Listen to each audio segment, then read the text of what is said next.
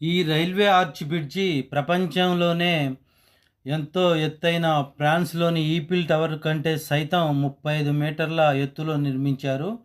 అయితే దీని నిర్మాణం 2002 సంవత్సరంలో ప్రారంభం కాగా ఇది 2022 సంవత్సరానికి తయారైంది. అనేక తుది పరీక్షలు నిర్వహించిన తర్వాత నేడు జాతికి ప్రధాని నరేంద్ర మోడీ గారు అంకితం చేశారు. ఈ చీనా బ్రిడ్జిపై వందే భారత్ రైలు మరి ప్రయాణించును. దీనిలోని ప్రయాణికులకు హిమాలయ పర్వతాల అందాలను, చీనాబ్ నది లోయల అందాలను కనువిందు చేయనున్నది. ఈ వంతెనకు సుమారు 10 విశిష్టతలు కలిగి ఉన్నాయి. ఆ 10 విశిష్టతలు ఏందో మనం ఇప్పుడు తెలుసుకుందాము. ఇది number 1 world highest railway arch bridge. ఇది ఇంజినీరింగ్ అద్భుతం.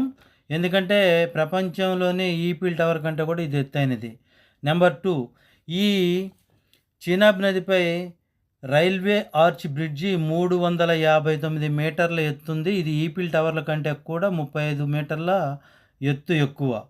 నెంబర్ 3 1315 మీటర్ల పొడవు, అంటే సుమారుగా 1.3 కిలోమీటర్లు ఈ వంతెన నిర్మించారు. ఇక 4 స్ట్రక్చరల్ స్టీల్ ఉపయోగించారు. ఇది -10 నుంచి 40 డిగ్రీల చలిని మరియు హిమాలయ పర్వతాల్లోని వాతావరణాన్ని గంటకి 260 కిలోమీటర్ల వేగంతో వచ్చే గాలులను, భారీ భూకంపాలను సైతం తట్టుకునే విధంగా ఈ స్ట్రక్చరల్ స్టీల్ని ఉపయోగించారు.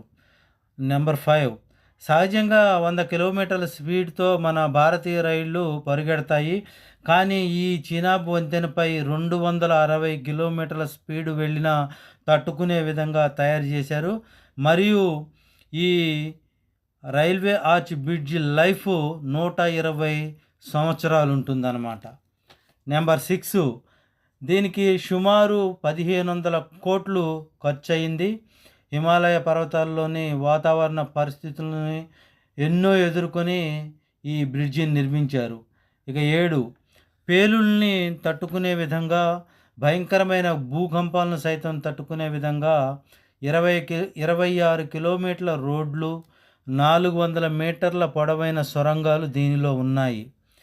నెంబర్ 8 హిమాలయాల్లోని ఆటుపోట్లను తట్టుకొని ఉధంపూర్, శ్రీనగర్, బారాముల్లా రైల్ లింక్ని నిర్మించారు. అయితే నెంబర్ 9 ఈ వంతెనను కొంకన్ రైల్వే కార్పొరేషన్ లిమిటెడ్ వారి పర్యవేక్షణలో తయారు చేశారు.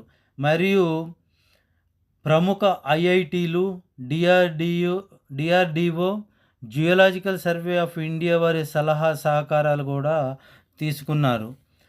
Number 17 spans main arch extended 467 metres.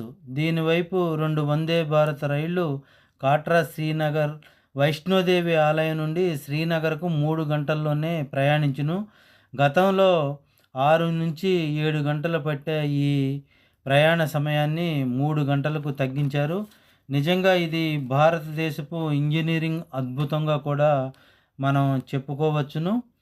అయితే ఇది కేవలం ఒక ఇంజనీరింగ్ టెక్నాలజీయే కాదు, మరి రాజకీయంగాను, మరి రాజకీయ నాయకుల సహాయ సహకారాలు, మరి దేశ ఆర్థిక వ్యవస్థ యొక్క మరి పనితీరు మీద ఈ నిర్మాణం అనేది ఆధారపడి ఉంది. ఏదేమైనా కూడా ప్రపంచానికే ఒక తలమానికమైన రైల్వే ఆర్చ్ బ్రిడ్జిని మన భారతీయ ఇంజనీర్లు, మన భారత ప్రభుత్వం కలిసి నిర్మించినందుకు హ్యాట్సాప్ చెప్పుకోవచ్చును.